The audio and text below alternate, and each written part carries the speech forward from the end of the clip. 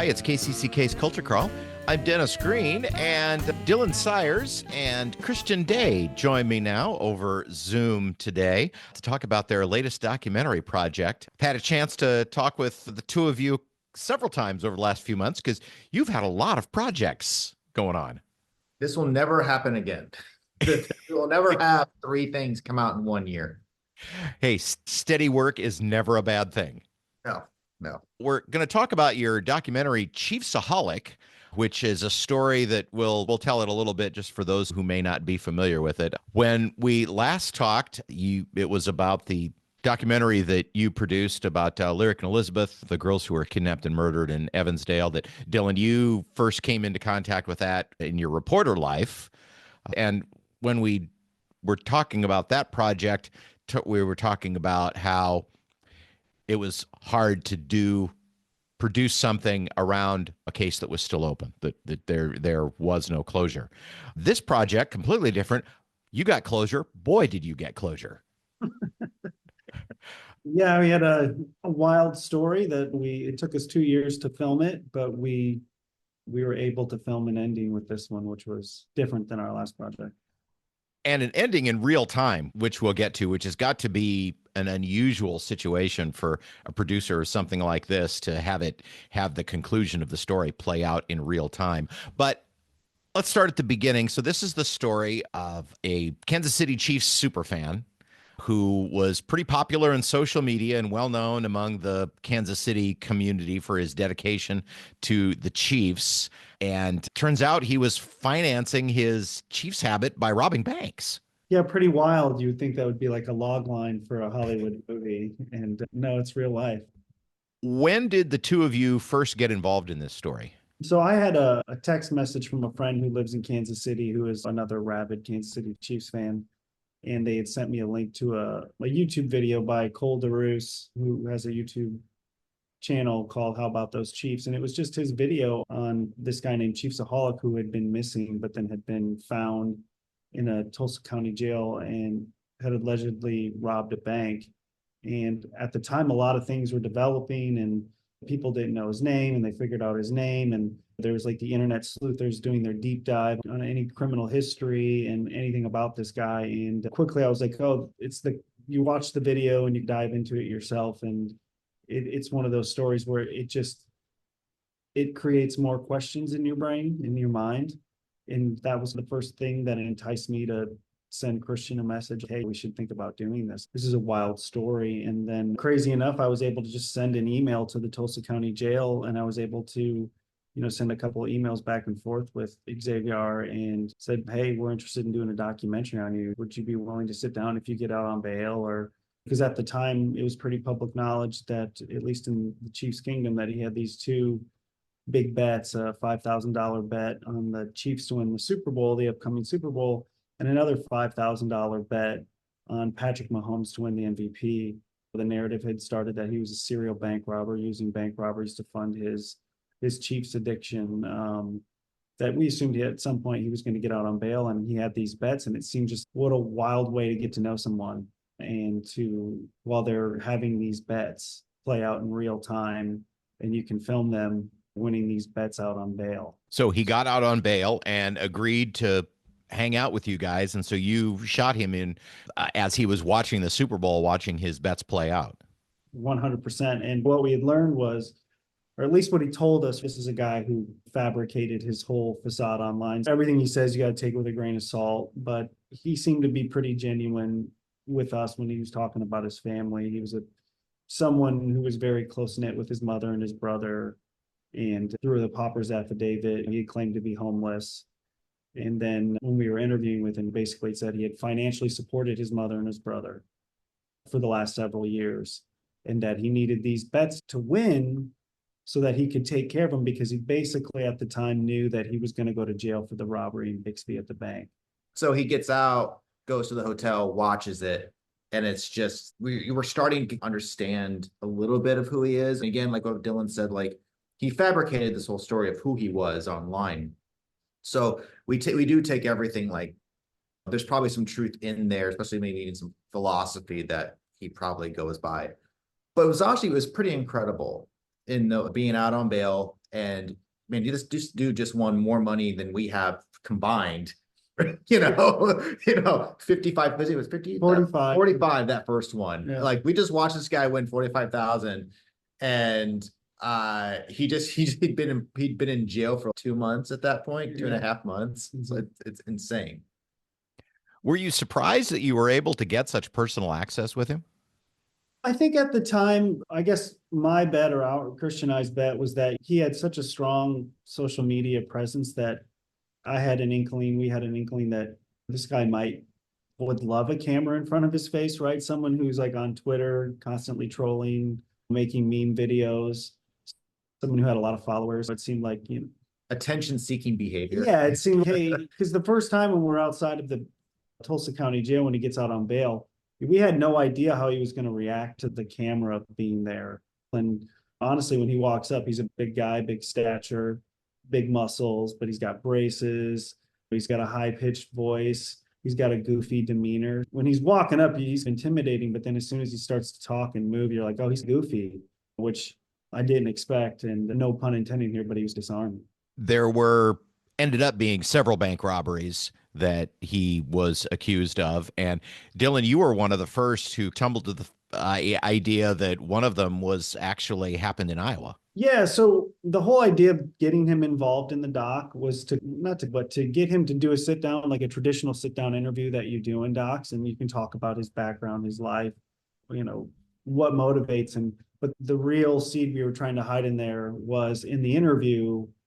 Basically, right after he was arrested in Bixby, and I found out about the story, I did a quick search online of bank robberies, and I had found 4 banks that I thought he was good for based on the characteristics of the crime in Bixby. And that was Clive, Iowa bank robbery, West Des Moines bank robbery, and Omaha, and had the same exact setup. Runs in, presents a gun, jumps the counter, asks to go back to the vault. So the idea was to get him in an interview, sit him down, do a bunch of softball questions for 90% of the interview, because he told us he didn't want to talk about his Oklahoma case because it could hurt him. But at the end of the interview, to present to him a series of pictures of bank robberies, and the first 10 or 15 would obviously not be him. They'd almost be funny to disarm him, so to speak. And then the last 3 or 4 would be like the 2 bank robberies in Clive, the Omaha bank robbery, and just to get his reaction on camera. Because at the time, even though there was this big narrative that he was a serial bank robber, no one really knew that. So he robbed the bank in Bixby. Obviously, Xavier was probably a little too clever because he never would do the sit-down interview, and we tried several times. But I was one of the ones that did not believe that he was a serial bank robber, because I'm like, he got caught in Bixby in kind of a silly way. He was on a bicycle in December. I'm like, I don't think he's that smart. That was my initial. I think this was a one-time thing. He messed up and got caught. But as per usual, Dylan was right. and I was lucky. Yeah. And I also, there's also this thing that I said early on, though, and once it became clear more and more, like, oh, maybe he did. And then when he ran, I often wonder, would he have been investigated for these other bank robberies if he hadn't run? If he had just got caught, did what he was supposed to do, he was going to, at the end of the day, he was probably going to go to prison for a little while for Bixby. But if he hadn't cut his ankle monitor, would all these other bank robberies like come to light? Would they have looked into him and say, oh no, that's the same guy? So I don't know. Dylan was absolutely right on that. I think maybe because of all this, like, we uncovered potentially like the next Jesse James. Will he go down in history? Because who robs banks in 2025, 2024? That is such a Wild West way of thing of crime. It's not like now, which is usually like drug raids or whatever. Thinking about people robbing banks now, it just seems bonkers to me. It did then when this happened, which is what also like interested me in this project, is like, who still robs banks? Like the whole crazy thing to me about the story was that it was so sensational, right? Whole thing about documentaries and a lot of the criticisms of documentary films is that they tend to sensationalize stories, right? Whereas this one is just purely sensational all over it. And so one of the challenges of the film was to take some of the sensationalism out of it and ground it in the realities of kind of the havoc he wreaked upon people. And the antidote to the sensational aspects of the film, to me, was Peyton Garcia, the bank employee at the Bixby Credit Union. And when you hear her story and you see how big Xavier is, he would be a frightening guy to have run up, jump on you, slam a gun into your chest, bruise your skin, yell at you, say he's going to put a bullet in your head. That would be absolutely terrifying, considering his size and the energy that he permeates just being around him. One of the things that I love about how the documentary progresses is in the beginning, you go through that exact set of steps where in the beginning we see him on Twitter, you interview his fellow Chiefs Kingdom fans, and you do get the Robin Hood romantic, Jesse James, John Dillinger. You get a sense of the romantic aspect. In some ways, his fellow Chiefs Kingdom fans were pulling him.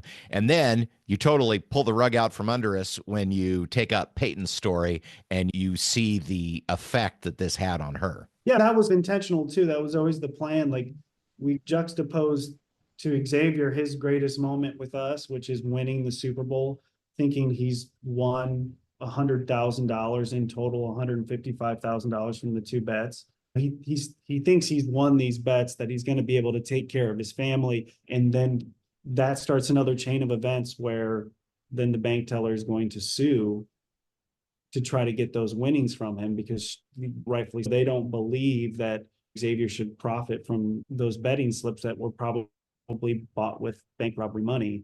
And then Xavier then hits the nuclear option and runs, which we did not expect, which was crazy and wild because no one saw it coming.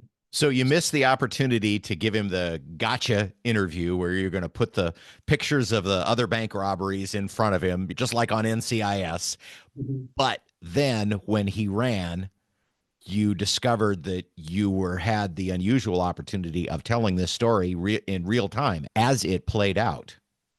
Yeah, that was the day he cut his ankle monitor. Was a rough day, a rough night, because he did it at 8 o'clock on a Saturday night where we're all at home having our weekend, and the bail bondsman, Michael Lloyd, called Dylan and he cut his ankle monitor.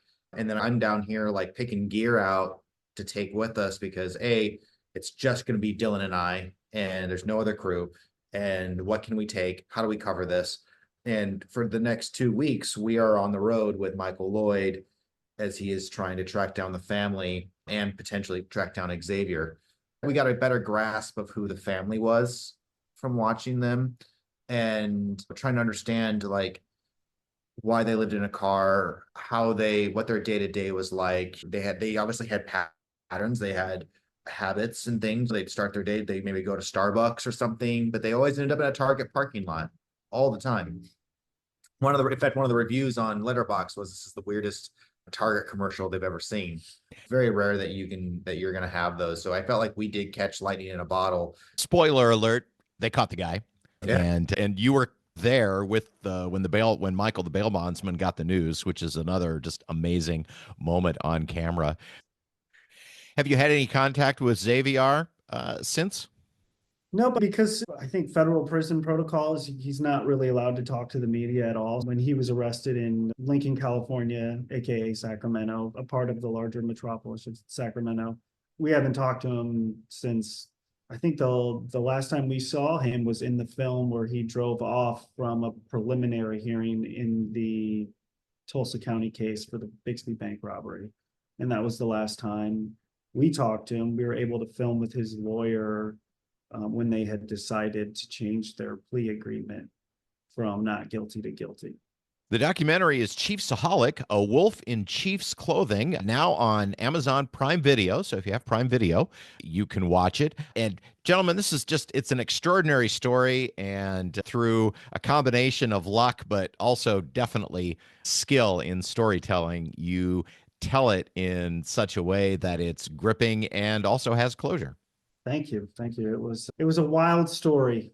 Looking back on it now, it's all blurred. If people want to find you two online to find out more about this or other projects, where can they find you? DylanSires.com or ChristianDay.com. Also, River City Reader, there's a classified ad section. You'll find us. You can hit us Find you, up. bro. Find Yeah. me. The documentary is Chiefsaholic, a wolf in Chiefs clothing. You can watch it now on Amazon Prime Video. And Dylan and Christian, thanks again so much for being on the show today. It's been fascinating to hear about this and, of course, your other projects as well. And we'll be anxiously awaiting the next one. Thanks, Dennis. Thank you, Dennis. You can hear the Culture Crawl live on the radio most weekdays at 10:30, on demand at kcck.org/culture, or subscribe using your favorite podcast player. Watch our videos on the KCCK Facebook and YouTube channels. Our producer is Lydia Kilgore. The Culture Crawl theme is composed by Vivian Shanley. I'm Dennis Green, and I'll talk to you later.